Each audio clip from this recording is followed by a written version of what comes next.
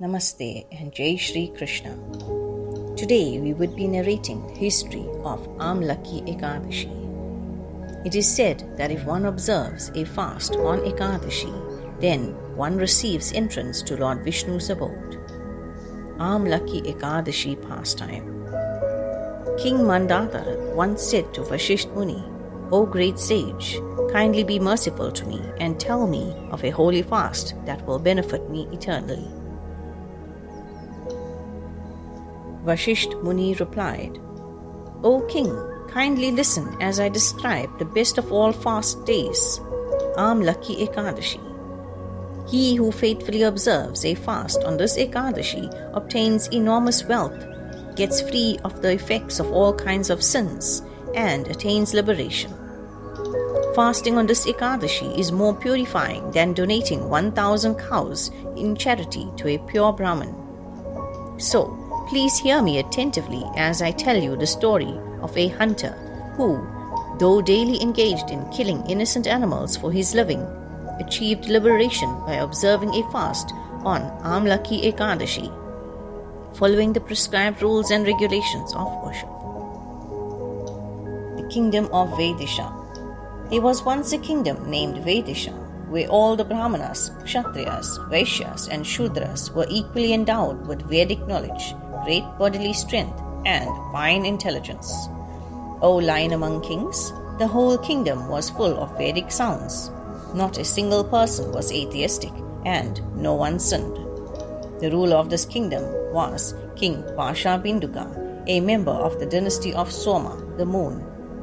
He was also known as Chitrarath and was very religious and truthful. It is said that King Chitrarath had the strength of 10,000 elephants, and that he was very wealthy and knew the 6 branches of Vedic wisdom perfectly. During the reign of Maharaj Chitrarath, not a single person in his kingdom attempted to practice another's dharma, duty. So perfectly engaged in their own dharmas were all the Brahmanas, Kshatriyas, Vaishyas and Shudras. Neither miser nor pauper was to be seen throughout the land, nor was there ever a drought or flood.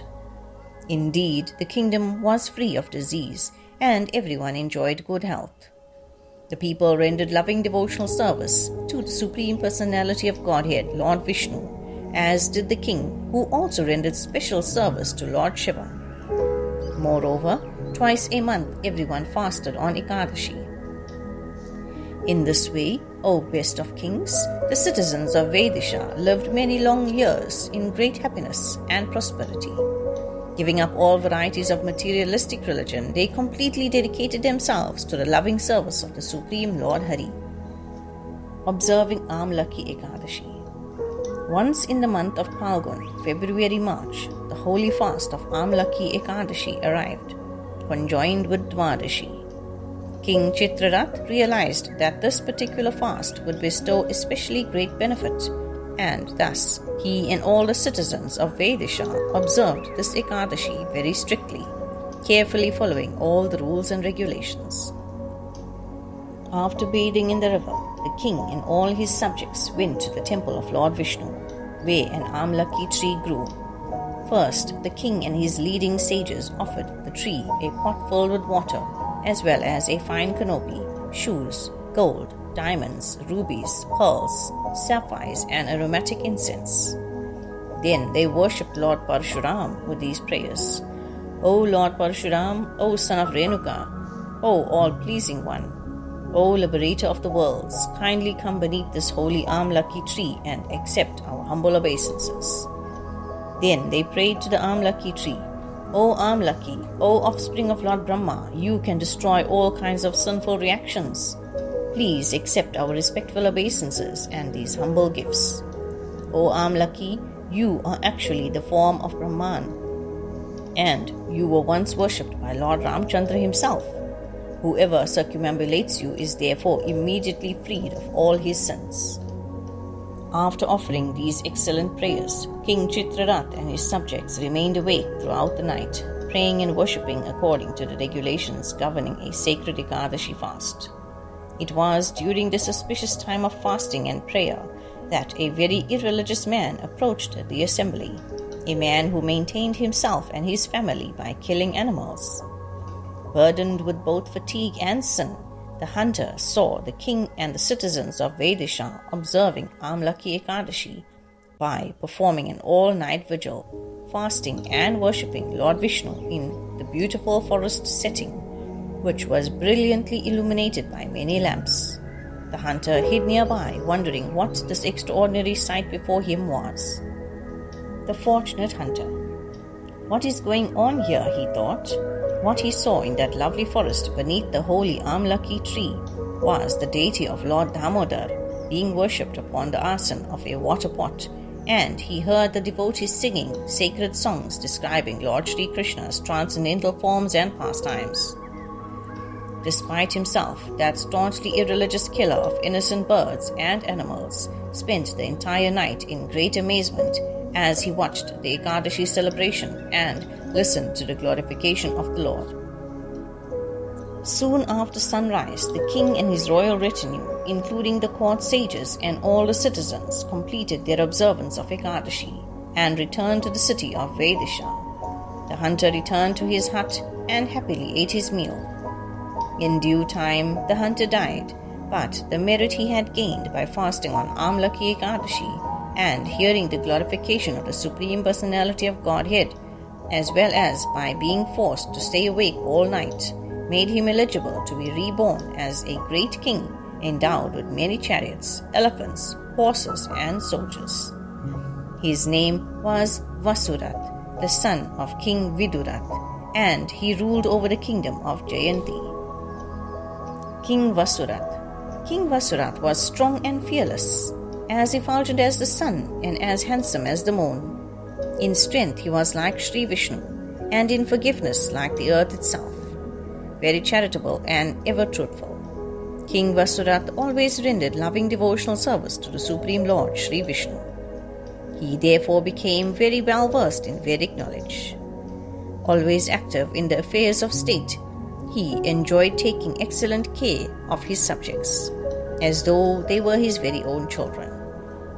He disliked pride in anyone and would smash it when he saw it. He performed many kinds of sacrifices, and he always made certain that the needy in his kingdom received enough charity. One day, while hunting in the jungle, King Vasurat strayed from the footpath and lost his way. Wandering for some time and eventually growing weary, he paused beneath a tree and, using his arms as a pillow, fell asleep. As he slept, some barbarian tribesmen came upon him and, remembering their long-standing enmity toward the king, began discussing among themselves various ways to kill him. It is because he killed our fathers and uncles, etc., that we are forced to aimlessly wander like so many madmen in the forest. The Great Rescue.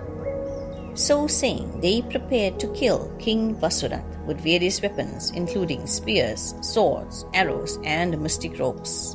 But none of these deadly weapons could even touch the sleeping king, and soon the uncivilized, dog-eating tribesmen grew frightened. Their fear sapped their strength, and before long they lost what little intelligence they had, and became almost unconscious with bewilderment and weakness. Suddenly, a beautiful woman appeared from the king's body, startling the tribesmen. Decorated with many ornaments, emitting a wonderful fragrance, wearing an excellent garland around her neck, her eyebrows drawn in a mood of fierce anger, and her fiery red eyes ablaze, she looked like death personified. With her blazing chakra discus, she quickly killed all the tribal hunters who had tried to slay the sleeping king. Just then the king awoke, and seeing all the dead tribesmen lying around him, he was astonished. He wondered, "These are all great enemies of mine. Who has slain them so violently? Who is my great benefactor?" At that very moment he heard a voice from the sky. "You asked that who helped you? Well, who is that person who alone can help anyone in distress? He is none other than Sri Keshav, the Supreme Personality of Godhead, he who saves all who take shelter of him without any selfish motive." Upon hearing these words, King Vasurat became overwhelmed with love for the Personality of Godhead, Sri Keshav, Krishna. He returned to his capital city and ruled there like a second Lord Indra, king of the heavenly regions, without any obstacles at all. Conclusion. Therefore, O King Mandata, the Venerable Vashisht Muni concluded, anyone who observes this holy Amalaki Ekadashi will undoubtedly attain the supreme abode of Lord Vishnu. So great is the religious merit earned from the observance of this most sacred fast day. Thus ends the narration of the glories of Phalgun Shukla Ekadashi or Amalaki Ekadashi from the Brahmanda Purana. It is said that hearing or reading the ekadashivratkatha is as good as fasting. So those that may be unable to fast due to their ill health or age would still be able to reap the benefits of fasting simply by reading or listening to it. Namaste.